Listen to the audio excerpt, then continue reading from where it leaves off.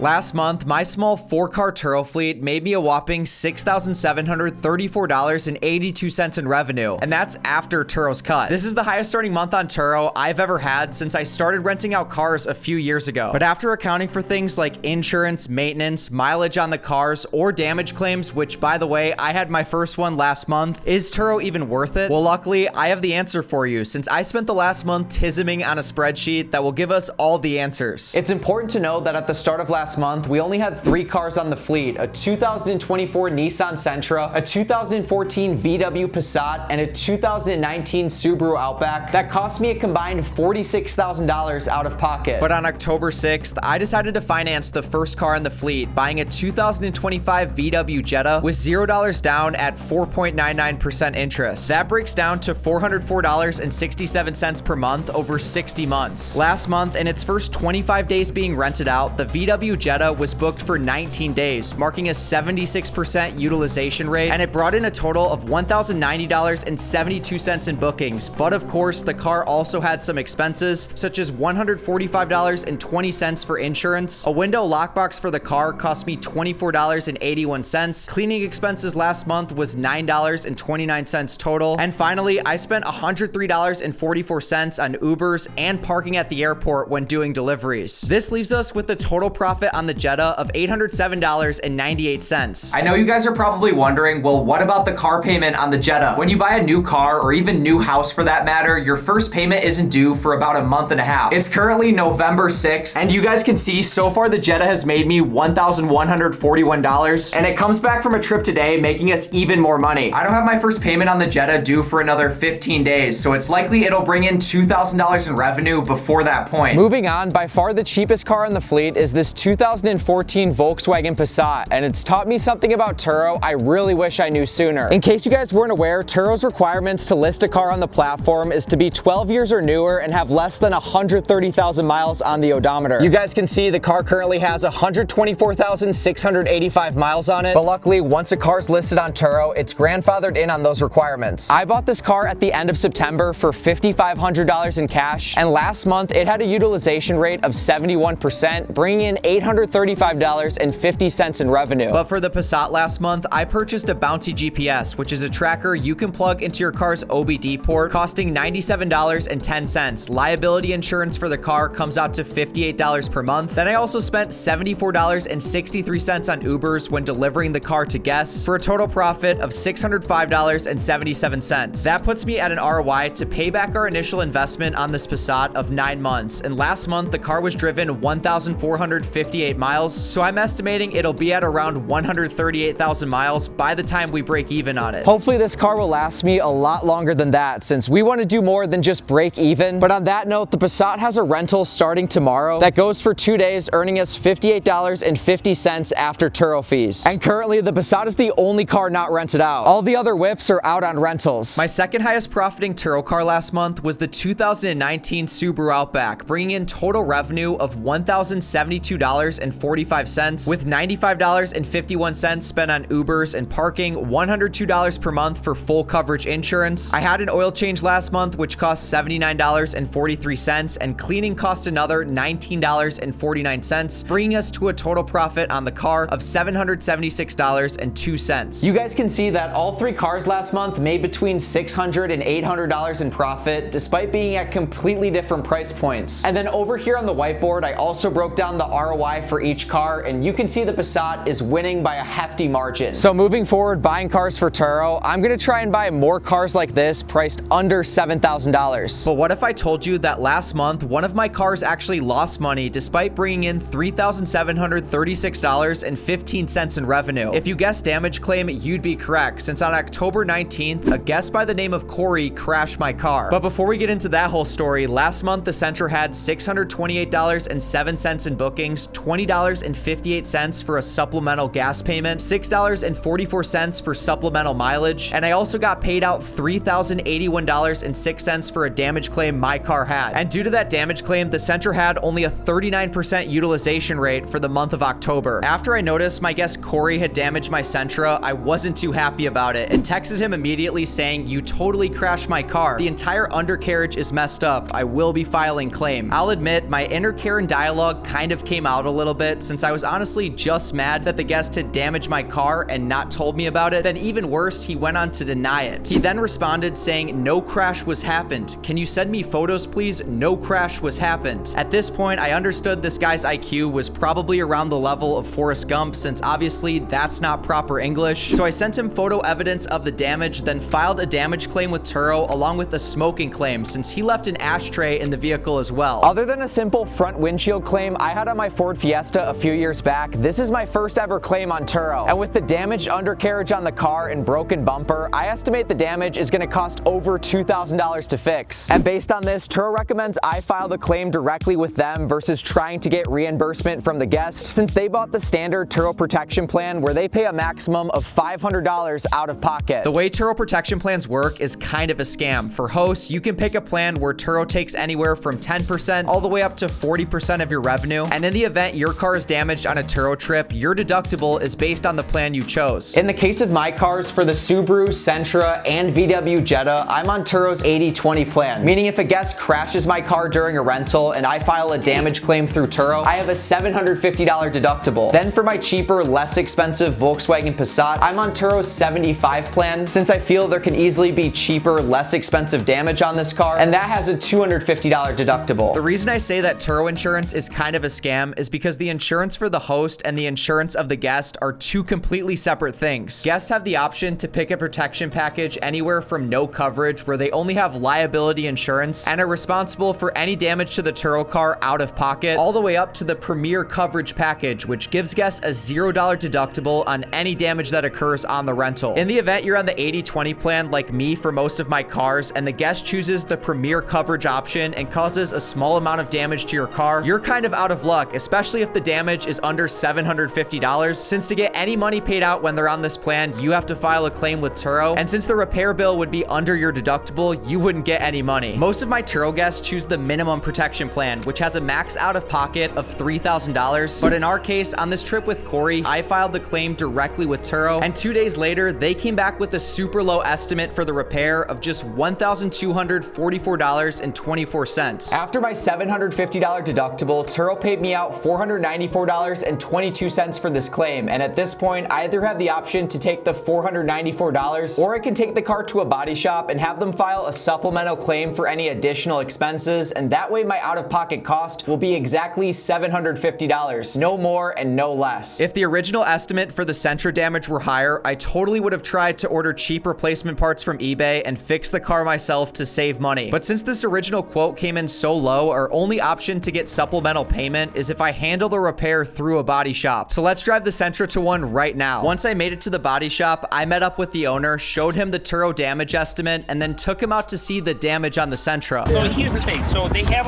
2 hours on the bumper. They don't have nothing on your grill, nothing on your fender liner. See this liner right here? See, it's ripped out. Yeah, nothing there. Nothing there. So this is like how they do what it's called a rough estimate, just to get you to the body shop. And then what we normally do, we take everything apart. The whole bottom part's cooked. Yeah, your bottom is damaged. Your absorber, there's a like absorber cushion. I see the piece stuck here. Luckily, the body shop owner has experience working with Turo hosts, and a few days later, his supplemental damage claim was approved by Turo, bringing our total payout for the damage to $3,081.06, and I had to pay an additional $750 out of pocket on the claim to cover Corey's mistake. Additional expenses when renting out the Sentra last month include $79.43 for an oil change, $115.95 for Ubers, parking, and gas costs, and finally, I spent $25.86 for a new mirror cover for the Sentra that broke off during a previous rental. After a lot of back and forth with Turo, and honestly also arguing with the guest, I also got a smoking claim approved on the trip for $150 in earnings, and that brings our total profit for the month renting this car out to negative $166.15, despite the car being driven 1,294 miles. The guest wasn't happy about the smoking claim whatsoever. He even tried to play the victim card, saying I was picking on him, and called Turo to get the smoking fee removed originally. But since I took really good pre-trip photos showing there was no ashtray in the cup holder when I rented the car to him, Turo eventually caved and awarded me a $150 fee after a lot of back and forth. I talk more about this entire situation on my new Turo podcast with Aaron, so be sure to tune into that. And this is why it's so important to take good pre-trip photos on all your Turo rentals, so you can document the car's condition before you rent it out and be able to prove any damage or smoking claims even if a guest denies optimize it. Also, following the damage claim on the Sentra, I did the math on how much I've paid Turo so far on the 80/20 plan versus how much they paid me out for this claim, and I found that so far on the 20% revenue on my trips, I've paid them $2,641.25, and they paid me out $3,081.26 for the damage claim, making the plan that I chose honestly worth it for me. If I was on the 75 plan, Turo would have received $3,521.67 from my earnings versus paying me out $3,331.26 for the damage claim. And if I was on the 90 plan, Turo would have received $1,173.89 versus paying me out $1,331. So doing the math, the 80 plan seems like the best option for this car. And of course, when I say Turo's 20% cut, they actually make a lot more than that, since they also charge the guests for insurance, and they charge a trip fee when a guest books a car, which is almost the same as the daily rate a host gets. So don't you guys worry, Turo is definitely making bank. But in total last month, between all 4 cars, the fleet made $2,023.62 in operating profit, and the cars were driven 7,684 miles. I used ChatGPT to help estimate the depreciation on all my cars, and it estimated the Jetta lost $645.30 in value since it's basically a brand new car. The Sentra lost $245.80 in value. The Outback depreciated $385.65, and my cheapest car, the Passat, only depreciated by $100.08. With all that taken into account, the most profitable car on the fleet last month was the Passat with $505.69 in profit. The Outback came in second place, and the Jetta in third due to it literally being a brand new car at the start of last month and having quite a bit of depreciation. Then finally, the only car on the fleet that lost money last month was the Sentra with $411.95 in negative earnings. That brings us to a total profit on the fleet for the month of $646.79, which is not great. I do feel confident that both the Jetta and Sentra will be profitable over time since they're still newer cars with a lot of life still left in them. But moving forward, I think the move is to save up our profit every single month and buy cheaper Turo cars that have faster ROIs. I hope you guys enjoyed this video. Be sure to drop a like if you made it to the end, and for more behind the scenes content as we continue to grow this Turo business, be sure to check out my new Turo podcast on the second channel linked right here on screen. I will see you guys in the next video soon. Peace out.